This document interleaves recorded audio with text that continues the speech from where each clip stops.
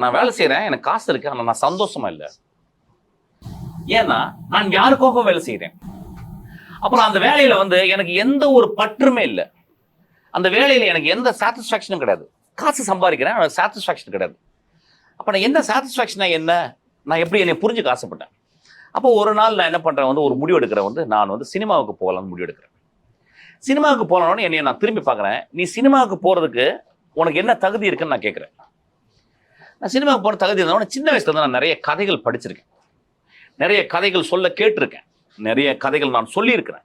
இது ஒரு மிகப்பெரிய தகுதி நான் புரிஞ்சுக்கிட்டு நான் சினிமாவுக்கு வந்து சினிமாவில் சேராம ஒரு 1.5 வருஷம் ஒரு புத்தக கடையில் வேலை செஞ்சு அதெல்லாம் படிச்சிருப்பேன்னு நினைக்கிறேன். அந்த புத்தகம் மூலியமா எல்லாம் படிச்சுட்டு சினிமா பற்றி தெரிஞ்சுட்டு நான் சினிமாவுக்கு போனேன். அப்போ எனக்கு ஈஸியாக இருந்துச்சு.